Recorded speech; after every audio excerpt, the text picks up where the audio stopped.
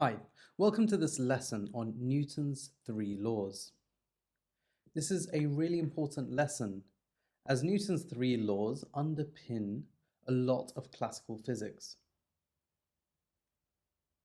In these three animations, we have Newton's three laws in action.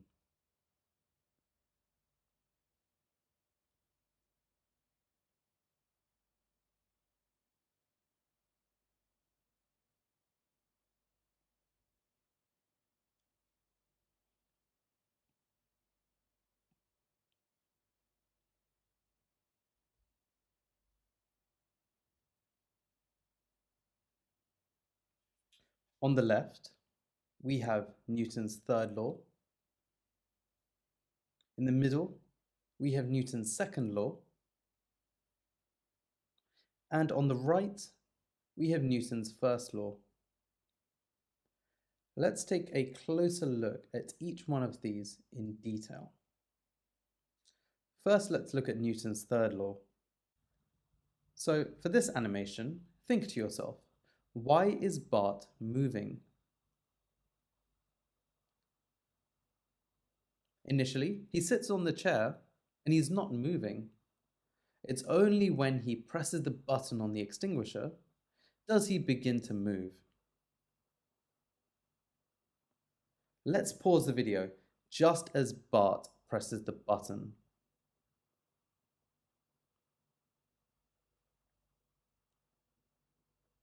Now, as Bart presses the button, the extinguisher pushes the foam out.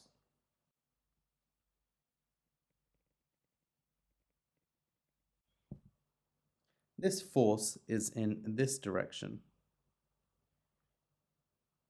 As the extinguisher pushes the foam in this direction, the foam in turn pushes the extinguisher in the opposite direction.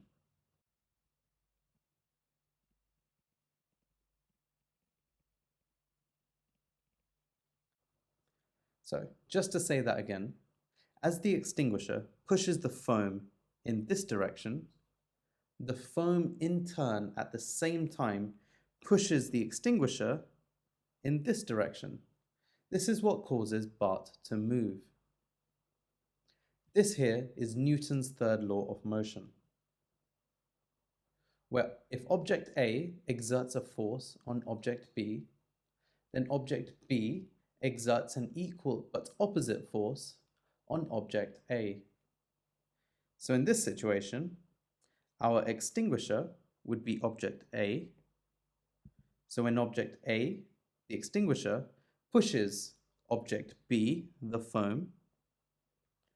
The foam, object B, exerts an equal and opposite force on object A, the extinguisher. Now that's Newton's third law. Let's move on to the second law.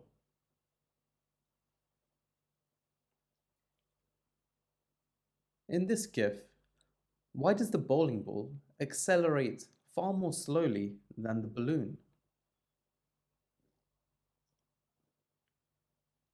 We can see that in both cases, both are being kicked with the same force.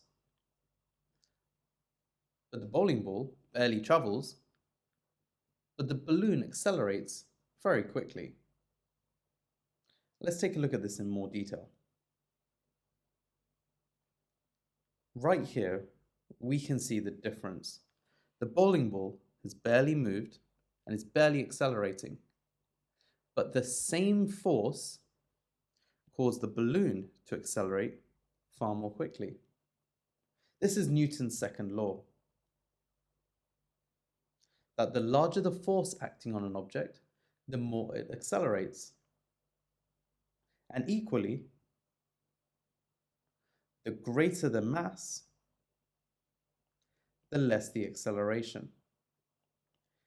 This can be summed up in the equation force is equal to mass times acceleration.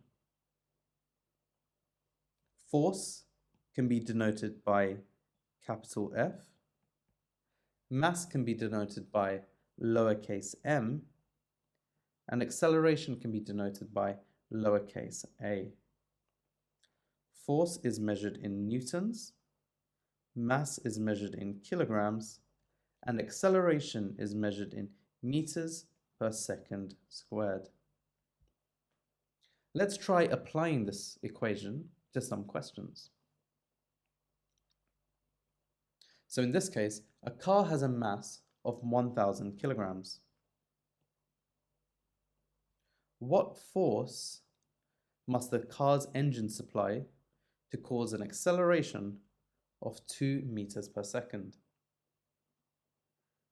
So with any calculation question, the first thing we're going to do is write the equation.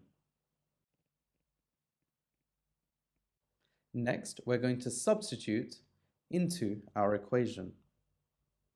The mass is 1,000 kilograms. And our acceleration is 2 meters per second squared.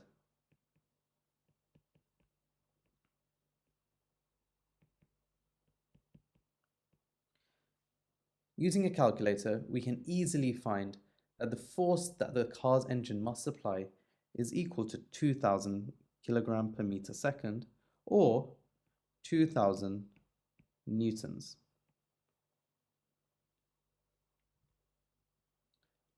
Here's another one. Try this one yourself. Pause the video and have a go.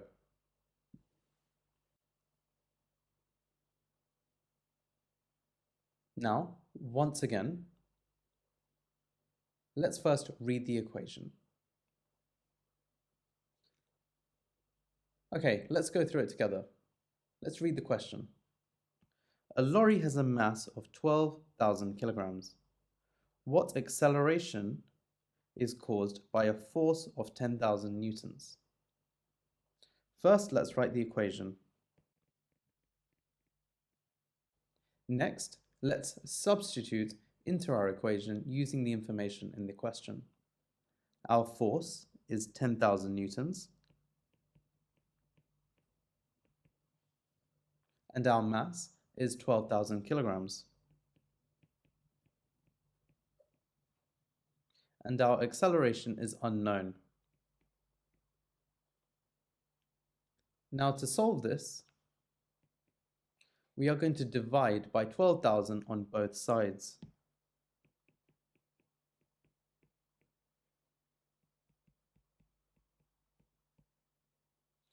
This will leave us with A on its own on the right-hand side.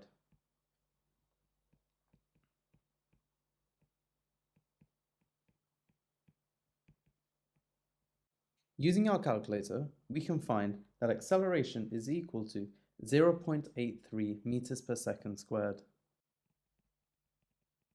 And that's it. Hopefully you got this right. This is how Newton's second law works. And most of the questions in your exam will be based on calculations. Let's take a look at Newton's final law, his first law. Here's a clip of Wile E. Coyote. In this clip, why does he begin moving so suddenly?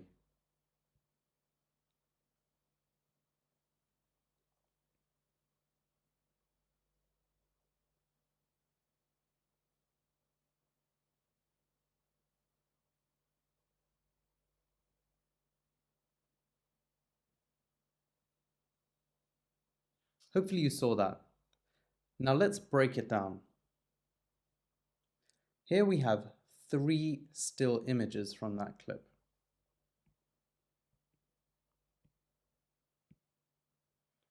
In the first clip, Wile E. Coyote is still. There is a tension force pulling him in this direction.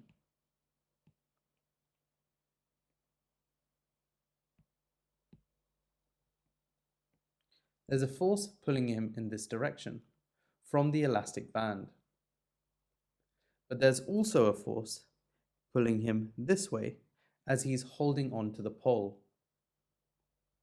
The result is, at this point in time, there is a resultant force of 0. There is no resultant force.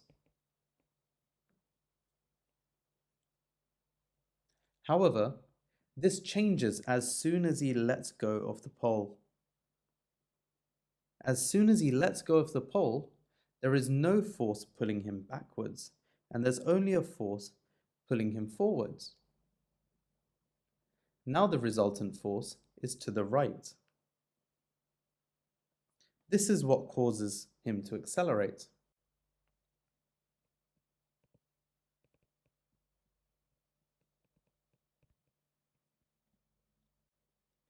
This right here depicts Newton's first law. Newton's first law of motion states that a resultant force is needed to change the motion of an object. So, as we saw here, there was no resultant force, because these two forces, the force in the right direction and the force in the leftward direction, cancelled out, meaning that there was no resultant force. As a result, his direction, his motion didn't change. In the second image, however, there was no force pulling him backwards to the left. So in this case, there was a resultant force pulling him to the right. This is what caused him to accelerate towards the right. So if an object is stationary, it will remain stationary unless there's a resultant force. And if an object is moving at constant speed, it will continue to move at constant speed unless there is a resultant force. This has been an explanation of Newton's 3 laws. I hope you found it useful. If you have any questions, please do ask.